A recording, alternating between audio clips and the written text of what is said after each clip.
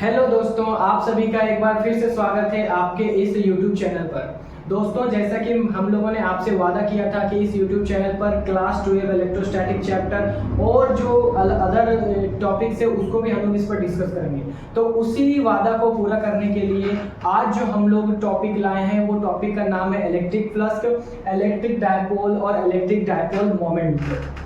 तो फ्रेंड्स, अगर आप लोग इस चैनल पर नए हैं तो इस चैनल को सब्सक्राइब कर लीजिए और हमारे साथ फिजिक्स की सफ़र में जुड़ जाइए, जहां पर हम लोग free of cost class 12 electrostatic और रिलेटेड जितने भी 14 चैप्टर तक हम लोग सारा टॉपिक यहां पर डिस्कस करने वाले हैं। तो आइए अब हम लोग पढ़ते हैं इलेक्ट्रिक फ्लक्स। इलेक्ट्रिक फ्लक्स का डेफिनेशन क्या होता है? इलेक्ट्रिक फ्लक्स का डेफिनेशन होता है total number of electric field line normally passing through a given surface या particular plane surface is called electric flux.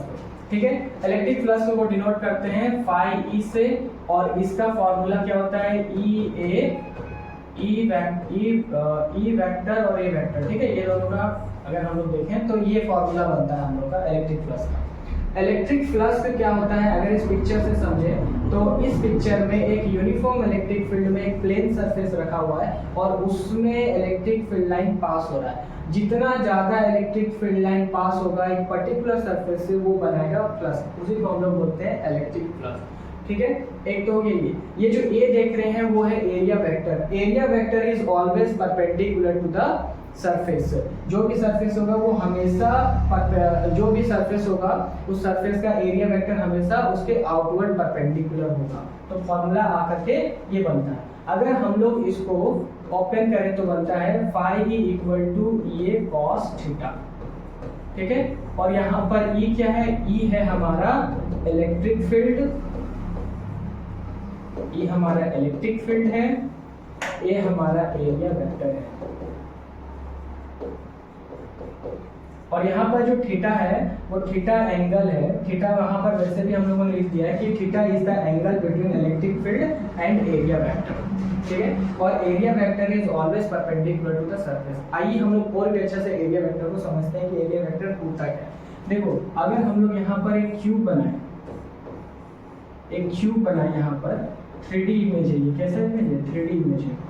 3D में अगर बनाए तो इसका जो एरिया वेक्टर होगा वो सरफेस का हमेशा बाहर की तरफ होगा, यानी परपेंडिकुलर टू द सरफेस होगा।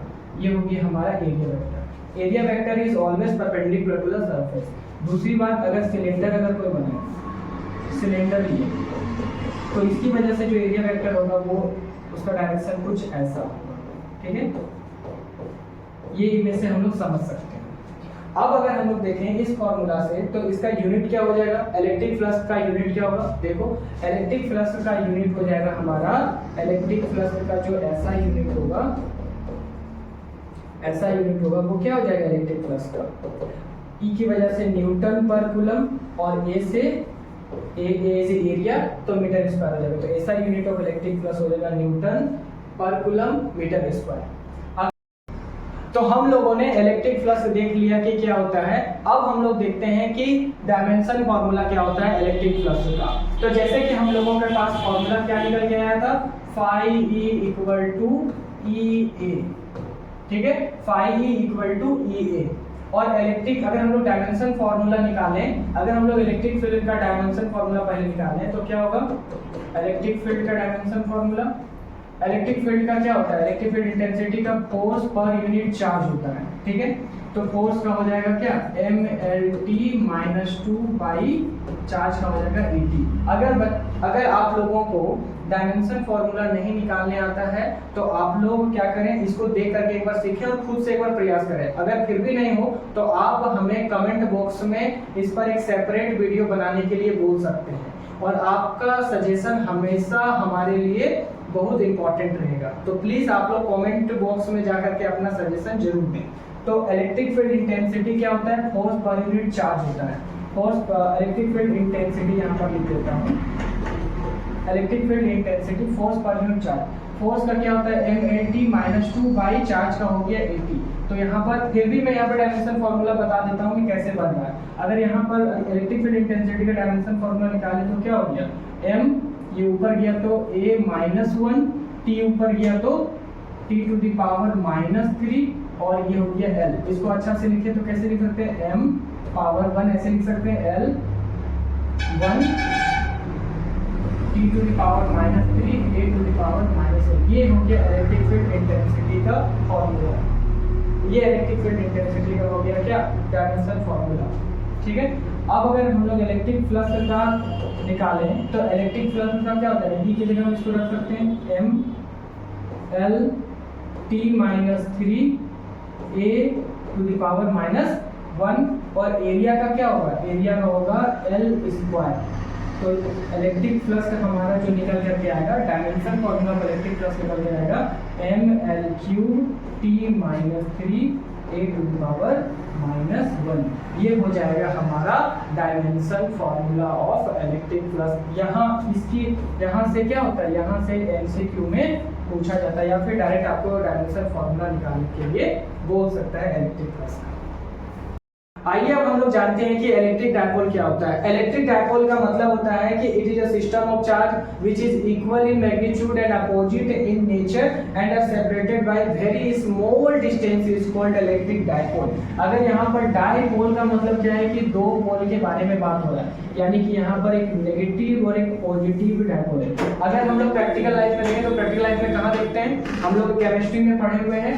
केमिस्ट्री में अगर फॉर एग्जांपल अगर हम लोग बात करें तो डायपोल का क्या क्या एग्जांपल हो जाएगा, एक तो एग्जांपल HCl हो जाएगा, HCl H प्लस और Cl माइनस होता है और इन दोनों के बीच की दूरी क्या होता है, बहुत ही कम होता है। इसी सबको हम लोग क्या बोलते हैं, इलेक्ट्रिक डायपोल बोलते हैं। एक फॉर्मूला और हो जाएगा, एक और हो जाएगा इलेक्ट्रिक डायपोल CH3COOH, ठीक है, CH3COOH। ठीक है, अगर यहाँ पर देखें तो ये दो चार्ज है, ये एक नेगेटिव चार्ज है जो कि -q है और यहाँ पर एक पॉजिटिव चार्ज है और इन दोनों के बीच की दूरी बहुत कम होता है, इसलिए हम लोग इसको 2l लेते हैं, l नहीं लेते हैं, 2l लेते हैं। और इलेक्ट्रिक डायपोल का जो डायरेक्शन होता है, इसका जो डायरेक्शन होगा, इलेक्ट्रिक डायपोल का जो डायरेक्शन होगा वो नेगेटिव टू पॉजिटिव होगा, यानी नेगेटिव चार्ज से इलेक्ट्रिक डायपोल का डायरेक्शन देखें तो डायरेक्शन इधर की तरफ होगा, यानी नेगेटिव से पॉजिटिव की तरफ होगा। यहाँ पर भी बना देते हैं कि डायरेक्शन किधर की तरफ होगा, नेगेटिव से पॉजिटिव की तरफ, नेगेटिव से पॉजिटिव की तरफ। अगर इलेक्ट्रिक फील्ड का डायरेक्शन अगर हम लोग यहाँ पर देखें तो इलेक्ट्रिक फील्ड का डायरेक्शन क्या होता था, इलेक्ट्रिक फील्ड का डायरेक्शन अपोजिट होता था। जैसे इलेक्ट्रिक फील्ड का डायरेक्शन पॉजिटिव से नेगेटिव की तरफ होता है, और वहीं अगर डायरेक्शन देखें हम लोग इलेक्ट्रिक डायपोल का देखें तो इसका डायरेक्शन नेगेटिव टू पॉजिटिव होता है। एक फॉर्मूला क्या हो गया, HCl हो गया, CH3OOH हो गया। यहाँ पर हम लोग इलेक्ट्रिक डायपोल को भी समझ लिए, ठीक है। आइए तब हम लोग बात करते हैं इलेक्ट्रिक डायपोल मोमेंट का। इलेक्ट्रिक डायपोल मोमेंट को हम लोग डिनोट करते हैं P से। इलेक्ट्रिक डायपोल मोमेंट का फॉर्मूला होता है P = Q × 2L। क्या होता है फॉर्मूला, P = Q × 2L, ठीक है। Electric dipole moment electric dipole moment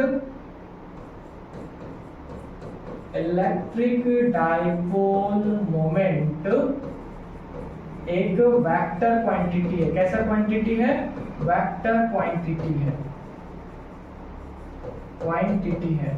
इसका डायरेक्शन किधर से किधर की तरफ होता है, इसका डायरेक्शन नेगेटिव से पॉजिटिव की तरफ इसका डायरेक्शन होता है, ठीक है। उसके बाद इसका यूनिट क्या हो जाएगा, इसका यूनिट देखो, चार्ज का कूलम और डिस्टेंस का क्या होगा, मीटर, तो इसका जो यूनिट होगा वो हो जाएगा कूलम मीटर, ठीक है। तो यहाँ पर अगर हम लोग दो पोल बनाए, पॉजिटिव और नेगेटिव, और इसकी वजह से इलेक्ट्रिक फील्ड लाइंस कैसा बनेगा, ऐसा बनेगा इलेक्ट्रिक फील्ड लाइंस, और इलेक्ट्रिक फील्ड का जो डायरेक्शन होगा वो पॉजिटिव से नेगेटिव की तरफ होगा इलेक्ट्रिक फील्ड का। लेकिन इलेक्ट्रिक डायपोल मोमेंट का जो होगा वो नेगेटिव से पॉजिटिव की तरफ होता है। तो इन बातों को गौर से सुनिए और इसको क्या कीजिए, आप हमेशा जब भी क्लास में रहिए तो पेपर और पेन लेकर के बैठिए और सारे चीज को अच्छे से नोट कीजिए कि आपको आगे जा करके ये नोट्स काम आए, ठीक है। अगर इलेक्ट्रिक फील्ड लाइंस बनाए यहाँ से,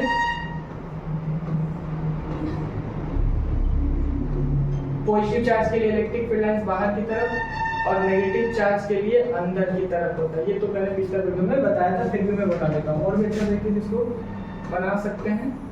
तो ये होता है हमारा electric dipole moment. Electric dipole moment मैंने बता दिया।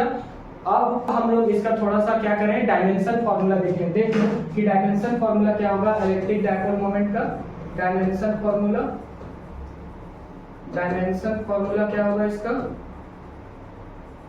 डायमेंशन फॉर्मूला हो जाएगा P इक्वल टू क्या है, electric dipole moment equal to charge into 2। तो चार्ज का हो जाएगा क्या, अगर हम लोग इसका डायमेंशन फॉर्मूला निकालें तो चार्ज का हो जाएगा 80, चार्ज का हो जाएगा 80 और इसका हो जाएगा